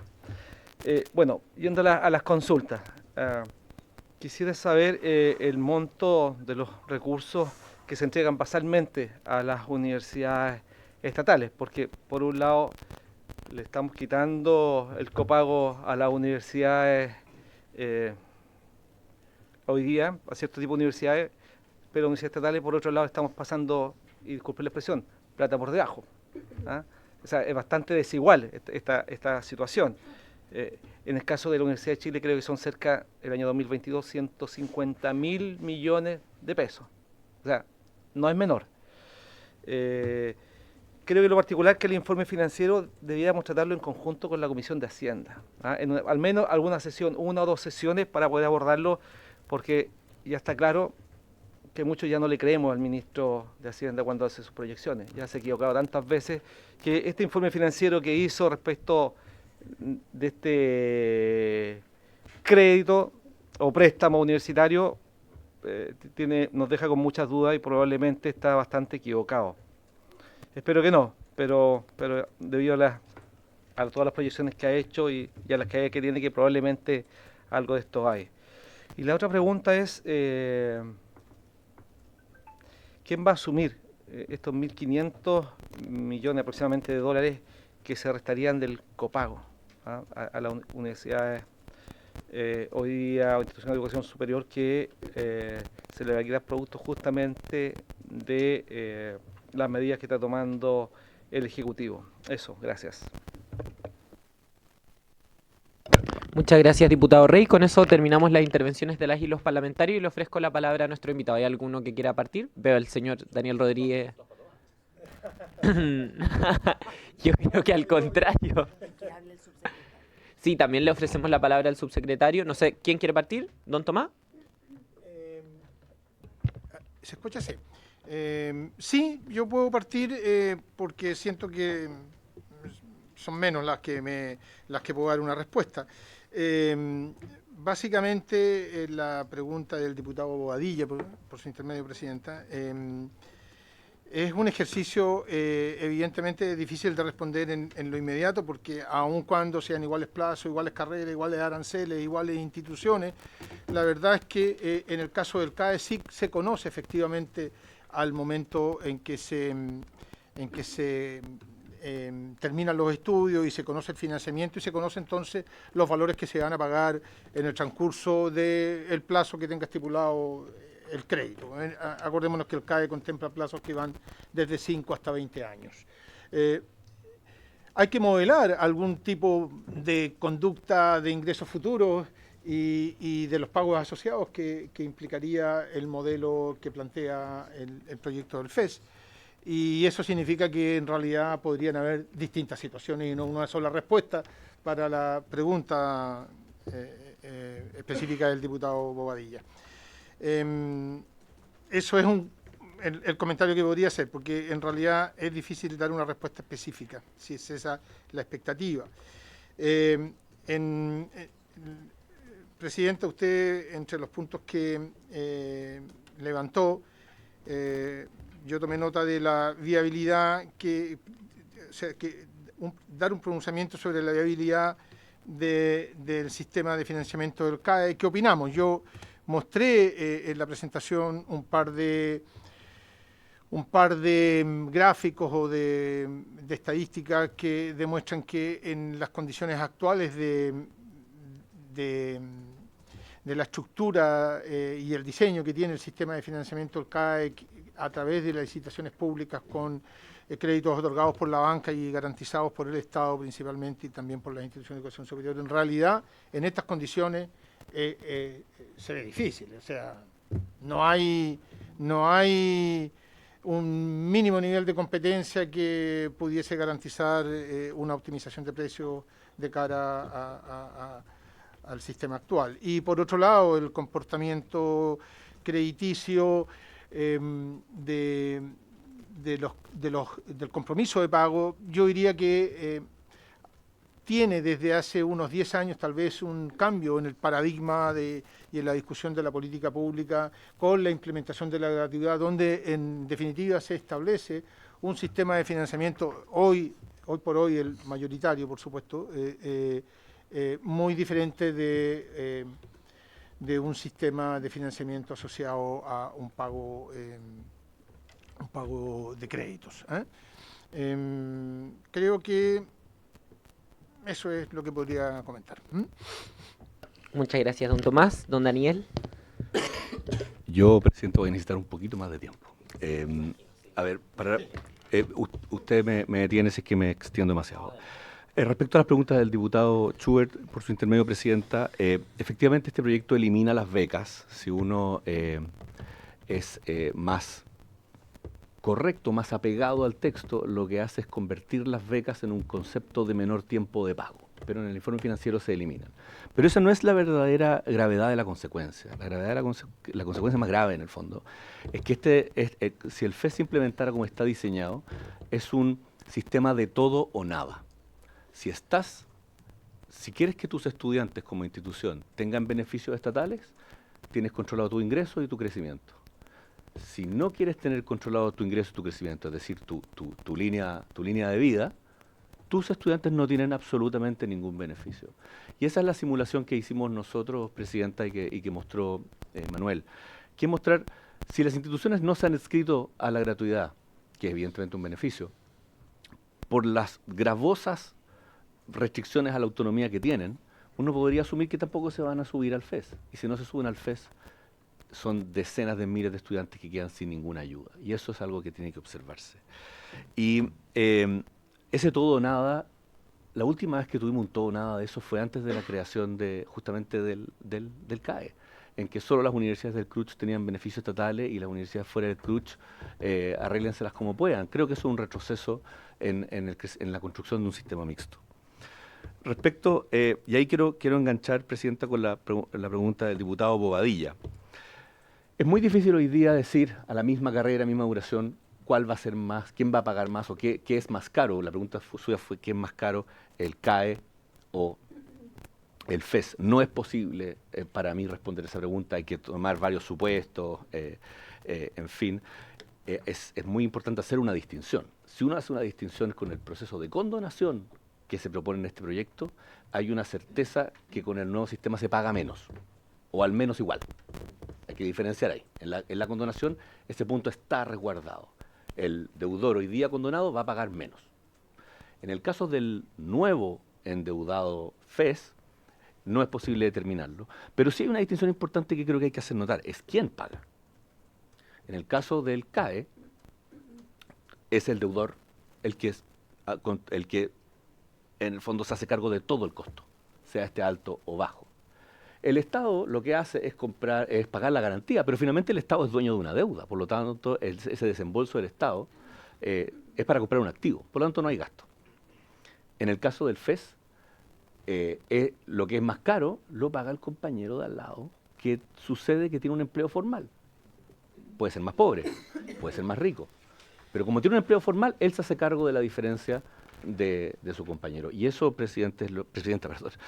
diputado Badilla, por su intermedio, presidenta, es lo que hay que observar, y ese es nuestro punto. No es que si es más caro, sino caro para quién. Respecto a la pregunta de la diputada Plasencia, las preguntas de la diputada Plasencia, presidenta, sobre las premisas comunes, yo creo que ella da muy bien en el clavo respecto a nuestra presentación. Nosotros no creemos que este proyecto sea compatible con las premisas que sustentan el sistema de educación superior. Y eso es otra manera de decirlo, es que es un cambio de paradigma, es un proyecto que va a otro sistema, que no es el que tenemos. Y por lo tanto ahí, más que comentar sobre qué premisas compartimos, porque podría quizás tomar un poco más de tiempo, es decir que cuando uno hace cambios paradigmáticos a un sistema en curso, no puede prever las externalidades negativas.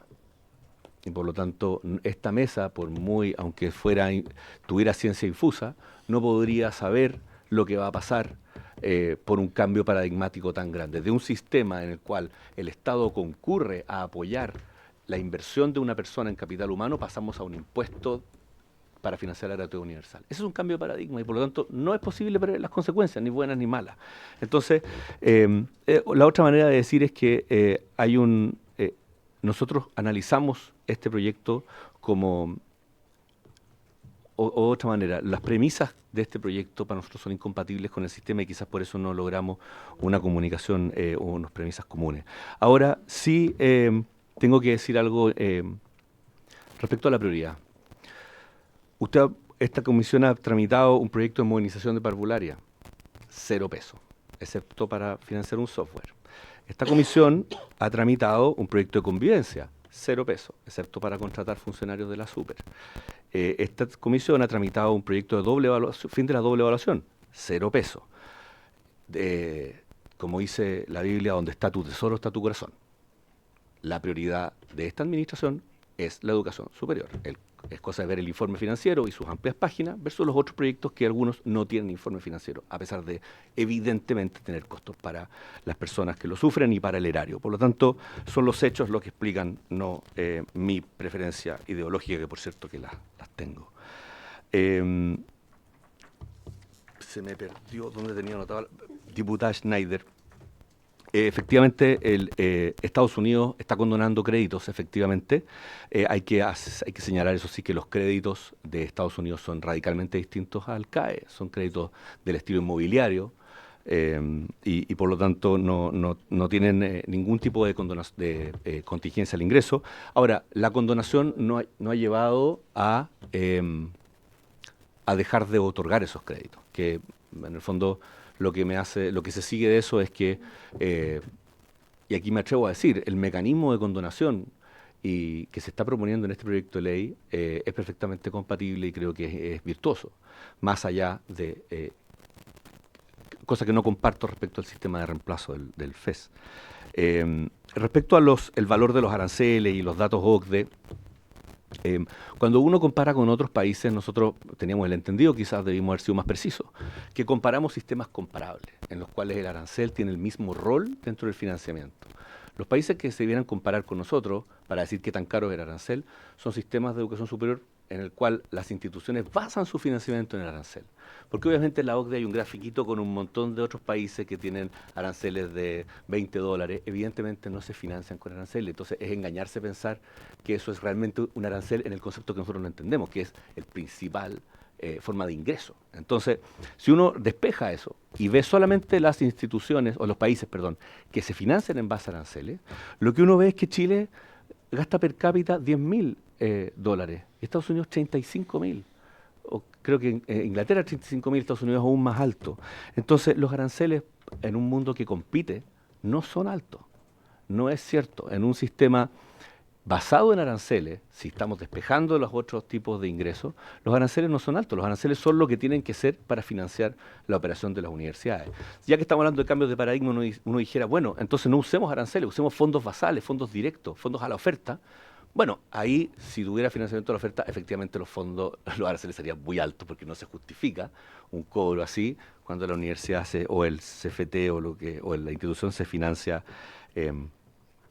mediante ese método. Finalmente, no me quiero alargar más, Presidenta. Gracias. Sobre el tema del impuesto, Presidenta, yo traté de decir al principio, quizás no fui claro, me parece que la discusión tenemos que evitar que sea semántica, porque si uno fuera, apaguemos las cámaras y hablemos como así, directamente, esto es evidentemente una política que tiene elementos de crédito y tiene elementos de impuesto, porque yo no podría decir que esto es un crédito solamente porque el Ministerio de Hacienda registra los gastos como bajo la línea. Pero, un momento, este gasto, no se ha reparado mucho en eso. En el informe financiero aparece que el gasto fiscal para esto, para el FES, para pagar aranceles, es bajo la línea. ¿Qué significa eso? Es inversión. ¿Qué significa eso? Es la misma táctica del CAE. Es decir, el Estado, a través del informe financiero del ministro Marcel, asume que el FES es un crédito. Yo no digo eso, porque asumo que hay un mix acá. Pero si usted me pregunta a mí, conceptualmente, más ir a la definición de la RAE, esto para mí es un impuesto. ¿Y por qué? Por una razón muy cierta, y algo lo dijo Tomás Bayón, que no quiero incluirlo en las respuestas hacia mí, que van a ser, me imagino, enfáticas, es que no hay un pasivo. No hay un número que te dice cuánto tú debes. Y por lo tanto, tú subvencionas a otro, cómo funciona un sistema de reparto o un impuesto. ¿Por qué el pasivo es tan importante? Porque el pasivo te permite, que en el fondo tu deuda, porque te permite hacerte cargo de lo que tú pagaste. Se ha dicho también, en el CAE también se paga más de lo que tú gastaste. Efectivamente, pero hay que también saber que eso es el valor del dinero, que es el interés. Todo dinero tiene valor. Cuando decimos acá no hay interés es porque nos estamos comiendo el interés, pero el interés sirve, existe. Y si uno trajera a un economista que dijera cuál es el interés escondido del FES, también ese dato existe. Entonces, también se podría estimar. Finalmente, creo que una de las preguntas más importantes, efectivamente yo veo, Presidenta, que el CAE no puede continuar, pero pienso que el CAE no puede continuar a cualquier precio. O sea, no cualquier cosa lo puede reemplazar. En mi opinión personal o de la institución que yo represento, yo creo que con algunas correcciones el CAE podría continuar perfectamente, pero esas correcciones son necesarias. Las correcciones van en la línea de controlar, evitar el sobreendeudamiento, no llegar a situaciones como las que hoy día el Estado se ve forzado a tratar de solucionar mediante la estrategia de condonación que se está proponiendo, digamos. También creo, como dijo Tomás Bayón, por su intermedio, Presidenta, que varios procesos debieran ser automáticos. La contingencia al ingreso. Creo que se podrían ampliar. En esta misma comisión alguna vez se discutió sobre enfermedades catastróficas, se podría incluir. Pero hay un punto final que es muy importante. El CAE es caro para el fisco, sí, es muy caro para el fisco. El CAE está hoy día costando muchísimos recursos fiscales, sí, pero eso es porque la gente no lo paga. Y tenemos que asumir eso. El costo de las garantías, el costo de la recompra, esos valores no es porque el crédito esté diseñado de manera torpe, es porque todos los incentivos al pago se eliminaron. Se eliminó la ley que se promovió muy fuerte, Chao DICOM se llama. Eliminó el único incentivo real para pagar el crédito. El CAE es caro para el fisco porque la gente no lo paga. Y el FES va a ser caro para el fisco si la gente no lo paga también. Entonces,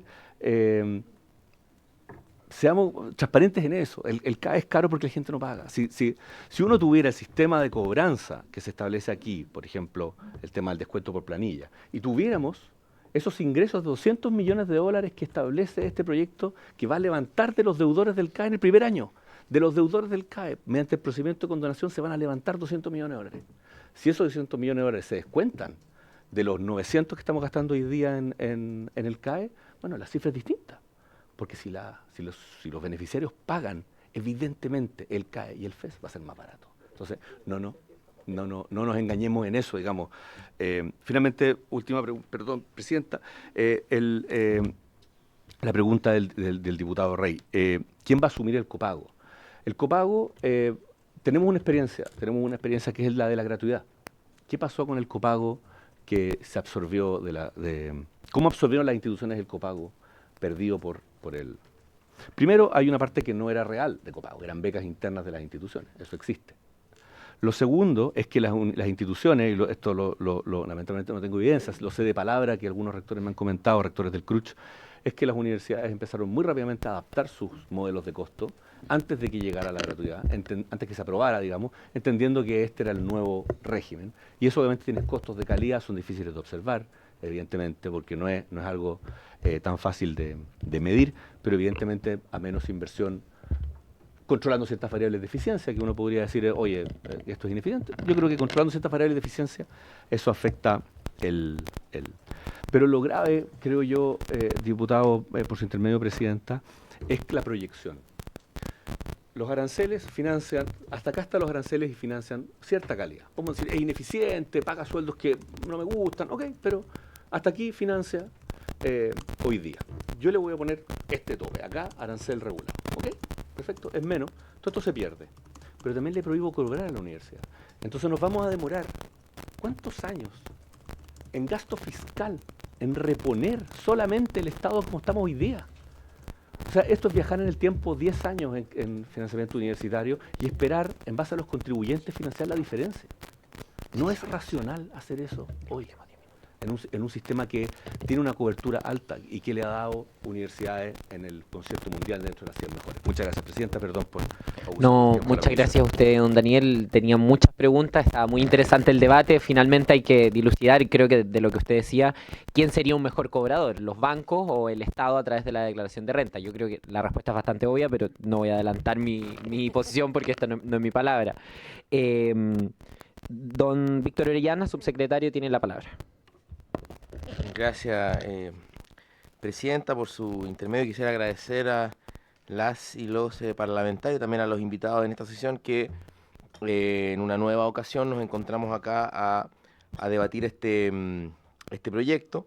Y pedí la palabra para hacer este agradecimiento, para referirme a algunos temas en específico, para hacer una reflexión más global acerca de este debate, ¿no? Primero, quisiera yo plantear algunas cosas puntuales que han salido en la discusión y que es bueno aclarar los efectos, no de dificultar o digamos, oscurecer las diferencias, sino precisamente para expresarlas de mejor manera. Hay una cosa que decía un marxista analítico, Lynn Wright, ¿no? que independiente de su profesión ideológica, decía: yo escribo para facilitarle al crítico su labor de criticarme. Claro, porque de la manera que tú expones, al exponer claramente tu argumento, tú facilitas la crítica, por lo tanto facilitas el debate. Porque hay, como ustedes saben, hay algunos textos que están hechos para expresar con claridad lo que se quiere decir, y hay otros que están hechos para al revés. Entonces, en ese sentido, yo quería aclarar que no hay hasta este minuto un planteamiento claro y nítido de ninguna asociación de institución de educación superior que sea crítico al FES. No hay un planteamiento formal del Consejo de Rectores, no hay un planteamiento formal de la CUP, no hay un planteamiento formal de Vertebral ni de CONIFOS. Tampoco hay un planteamiento formal crítico. Por lo tanto, es difícil hacer una generalización de los rectores. En estricto rigor, algunas rectorías han hecho algunos planteamientos críticos. ¿Por qué digo esto? Porque este mismo debate lo está teniendo el sistema.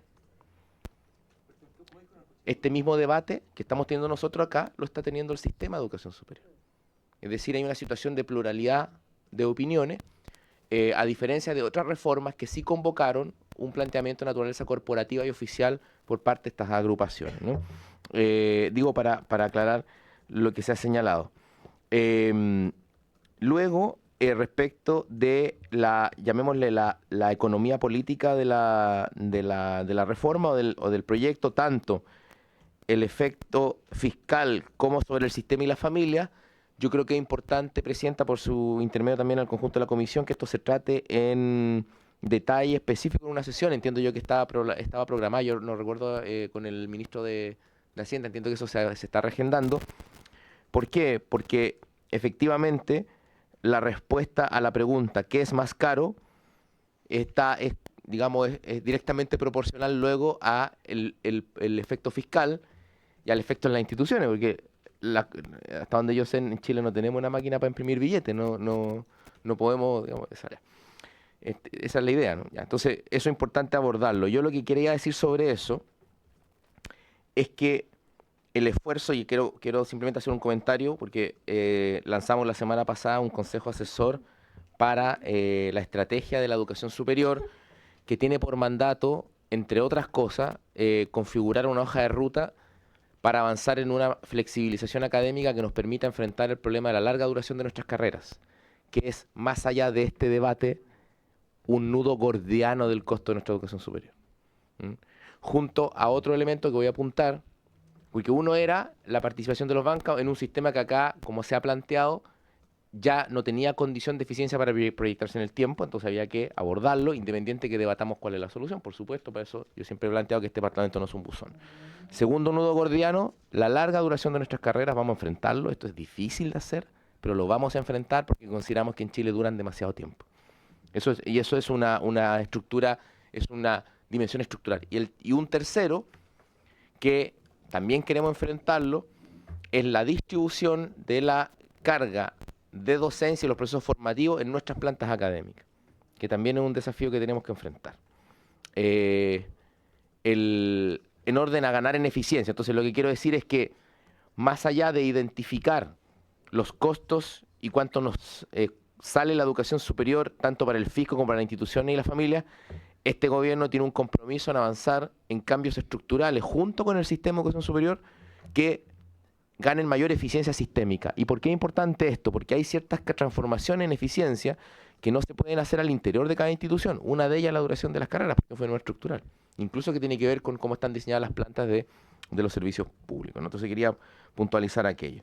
Y luego hacer una reflexión, hay otros elementos más específicos que yo pudiese respecto a la discusión si esto es o no un impuesto. Entiendo yo que nos estamos refiriendo a un lenguaje metafórico, que un cobro mandatorio es un impuesto, por lo tanto subyace la discusión si ese lenguaje metafórico se agota cuando el cobro mandatorio es sobre un crédito, por ejemplo.